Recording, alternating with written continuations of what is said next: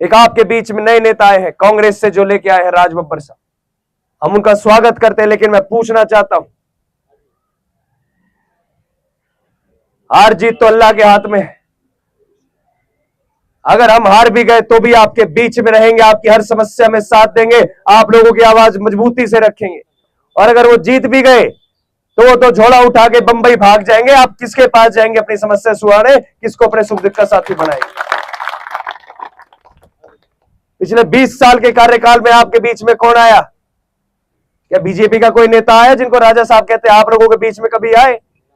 और कांग्रेस को तो आपने वोटें भर भर के दी, वहां किसी ने पूछा भी नहीं। यहां से आप लोगों ने इतना मजबूत करके भेजा। क्या इन दंगों के दौरान कोई उनकी आवाज भी निकल के आई आप लोगों के लिए? अरे मैं बताना चाहता हूं, आप लोग जो चाहते हो वो सोचते भी नहीं। आप लोग चाहते हो हमारे बच्चों का अच्छा भविष्य हो, वो सुविधा हमें मिले जिनके हम हकदार हैं, लेकिन इन हकों की बातें कोई नहीं कर रहा। मैं तो आप लोगों से विनती करने आया हूं कि इस 25 तारीख को अपने भविष्य की चाबी लेके जाए और ताला खोले, इन बच्चों के स्कूलों का ताला खोले। और जो ये हवाई पार्टियां हैं, उन पार्टियों के ताला लगाने का काम करे। अब की बार जेजेपी सरकार बनाने का काम। दौरे मेरे ख्याल से 20 से ज्यादा गांवों के अंदर है। मैं ज्यादा समय नहीं लूंगा, कम शब्दों में ज्यादा बात करने की कोशिश करूंगा और वो बात करूंगा जो आप लोगों के दिल में है।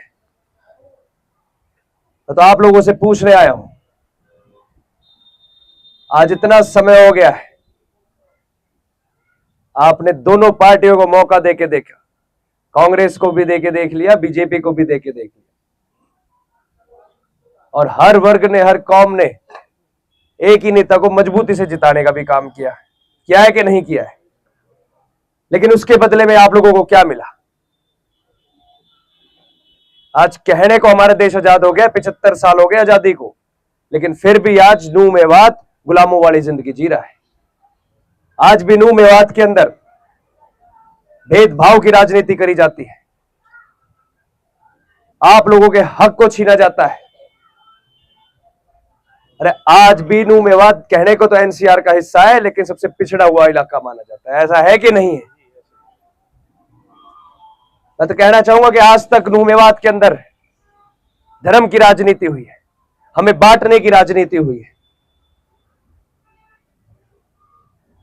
जो भी यहां पे वोट मांगने आए, उन्होंने अंदर खाते हमें बांटने का काम किया है, चाहे मंच के ऊपर वो कितनी भली बातें करी। उनकी सोच, उनके विचार, उनकी पार्टियों की नीतियां ऐसी रही नहीं कि हमें एकजुट करके चले। नूह का दंगा भी भूले नहीं है, हमारे दिल में उसकी आग जल रही है, जो आग जलनी हमारे बीच में हुई, जो हमारे हिंदू भाई, मुसलमान भाई उस समय उस पीड़ा में, उस आग जलनी के अंदर उन परिवारों ने उन लोगों को खोया, उन लोगों के पीड़ा हुई, आप लोग अच्छे से जानते। मैं तो पूछना चाहूंगा कि उस समय आप लोगों ने कांग्रेस को भी अच्छी वोट दी थी और बीजेपी को भी जिता के भेजा था कि नहीं भेजा था? उन दोनों पार्टियों में से आप लोगों के बीच में कौन आया आप लोगों का दुख बांटने? अरे किसी ने मीडिया के माध्यम से कोई बात रखी हो? मैं तो कहना चाहूंगा, जब देश एक है, परिवार एक है, तो ये भेदभाव की राजनीति क्यों होती है? हमें बांटने की राजनीति क्यों होती है?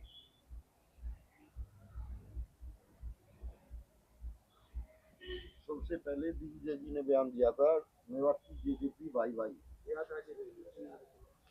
मैं कहना चाहूंगा, जिस पार्टी से हम आए, ताऊ देवीलाल जी की नीतियों पे काम करते हैं, उनकी सोच पे काम करते हैं, और हमेशा से उनका एक ही नारा रहा है, हिंदू मुस्लिम भाई भाई। और भाई दुष्यंत सिंह चौटाला जी ने सबसे पहले एक ही बात कही थी, जय हरियाणा जय मेवात। और जब भी मेरे मेवाती भाई को, किसी को मेरी जरूरत पड़ेगी तो आधी रात खड़ा रहूंगा, और वो खड़े भी रहे। ताऊ देवीलाल जी ने हमेशा यही काम किया कि हम एकजुट रहे, एक थाली में बैठ के खाएं, एक साथ रहे। मेरे युवा साथियों, बुरा मत मानना, एक तरफ बीजेपी है जो हिंदुत्व की बात करती है, एक तरफ कांग्रेस है जो मुस्लिमों की बात करती है। क्या ये दोनों पार्टी हमें जोड़ने की बात क्यों नहीं करती? अरे नेता वो हो, पार्टी वो हो जो हमें एक साथ लेके चले। आज जो नुमेवाद के अंदर भेदभाव की राजनीति हो रही है, जो आप लोगों की योजनाएं खाई जाए, जो आप लोगों का अधिकार खाया गया है, जो हमारे जो बच्चे बैठे हैं इनके स्कूल खा लिए गए, आप लोगों के अस्पताल खा लिए गए।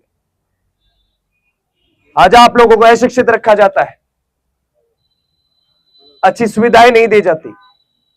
पता है अगर ये शिक्षित हो गए, समझदार हो गए, अगर इनके पास अच्छा रोजगार हुआ तो इन्हें सही गलत का पता लग जाएगा। फिर ये आप लोगों के भोलेपन का फायदा कैसे उठाएंगे? आप लोग तो दिल से जुड़ के उन्हें जिताते हैं, बनाते हैं, और वो अपना दिमाग का इस्तेमाल करके आप लोगों के साथ राजनीति करते हैं। मैं तो एक बात कहने आया हूं कि इस बार हम बदलाव लाएंगे, और बदलाव की आंधी में आप लोगों को मैं जोड़ने आया हूं। हिंदू मुसलमान खत्म करेंगे, हम एक ही बात रखेंगे, हिंदू मुस्लिम भाई भाई। और मैं तो कहना चाहता हूं जो भी ऐसा नेता आता हो आप लोगों के बीच में, मैं तो खुला चैलेंज देना चाहता हूं कि आप लोगों के घर में रुक के दिखाए, मैं रुक सकता हूं। आप लोगों की थाली में खा के दिखाए, मैं खा सकता हूं। आप लोगों के बीच में रह के दिखाए, मैं रह सकता हूं। अरे आप लोगों का झूठा खाना, झूठा पानी पी के दिखाए, मैं पी सकता हूं। मैं आप लोगों का भाई हूं, पड़ोस के गांव का हूं। हर उस समस्याओं से जूझा हूं जिन समस्याओं से आप लोग जूझ रहे हैं। आज हमारे जो युवा भाई हैं, इनका भविष्य अगर आप देखें तो इनके पास कोई रोजगार नहीं। जो हमारे नन्हे मुन्ने बच्चे, जो पढ़ने का समय है, ये मीलों दूर से पानी लेके आ रहे हैं। दोनों पार्टियों ने खूब चिल्ला चिल्ला के बोला कि रेल लाएंगे, सीटी बजाएंगे। क्या रेल आई? क्या सीटी बजी? आज गांव का ये हाल है। मैं तो दौरे के दौरान देखे कि गांव के अंदर पानी तक नहीं है। आज आप लोगों की जिंदगी नुमेवात के अंदर ऐसी है जैसे 40 साल पहले थी। मैं तो कहना चाहूंगा आप लोगों से मेरा पुराना नाता रहा है। हमारे पुराना के आफ्ताब भाई, फैजल भाई के आना जाना रहा। मैं तो देखता रहा हूं आप लोगों के यहां। ईद के दौरान खीर खाने का भी मौका मिलता रहा, मेरा सौभाग्य रहा। मैंने आप लोगों का जीवन देखा है। जो अन्याय आप लोगों के साथ हो रहा है, हमें उसका आपके बाद बदलाव लाना है, अपने हक की आवाज उठानी है। और जो नेता, जो पार्टी ऐसी बात करे, जो धर्मों की बात करे, उनका बहिष्कार करना है। एक आपके बीच में नए नेता आए हैं कांग्रेस से, जो लेके आए हैं राज बब्बर साहब, हम उनका स्वागत करते हैं। लेकिन मैं पूछना चाहता हूं, हार जीत तो अल्लाह के हाथ में है। अगर हम हार भी गए तो भी आपके बीच में रहेंगे, आपकी हर समस्या में साथ देंगे, आप लोगों की आवाज मजबूती से रखेंगे। और अगर वो जीत भी गए तो वो तो झोला उठा के बंबई भाग जाएंगे। आप किसके पास जाएंगे अपनी समस्या सुनाने? किसको अपने सुख दुख का साथी बनाएंगे? पिछले 20 साल के कार्यकाल में आपके बीच में कौन आया? क्या बीजेपी का कोई नेता आया जिनको राजा साहब कहते हैं? आप लोगों के बीच में कभी आए? और कांग्रेस को तो आपने वोटें भर भर के दी, वहां किसी ने पूछा भी नहीं। यहां से आप लोगों ने इतना मजबूत करके भेजा।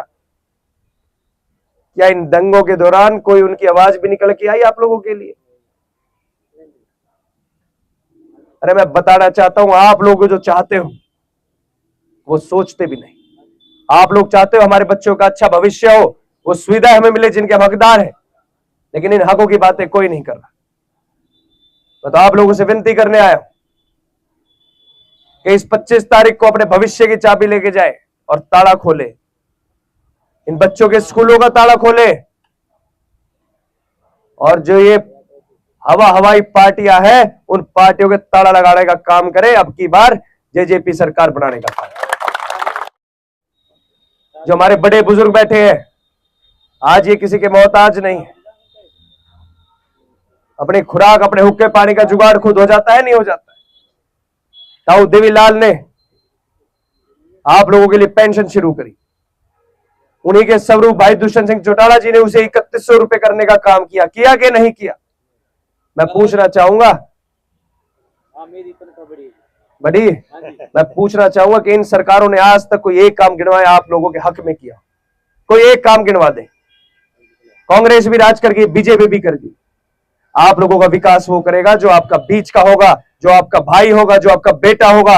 राजा रजवाड़े तो फरमान जारी करते हैं और उनके ऊपर ऐलान करते हैं।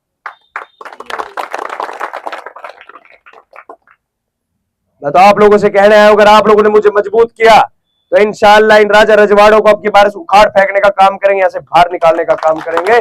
आपका ज्यादा समय ना लेते हुए बहुत बहुत धन्यवाद। आप लोगों ने सुना। जय हिंद, जय भारत।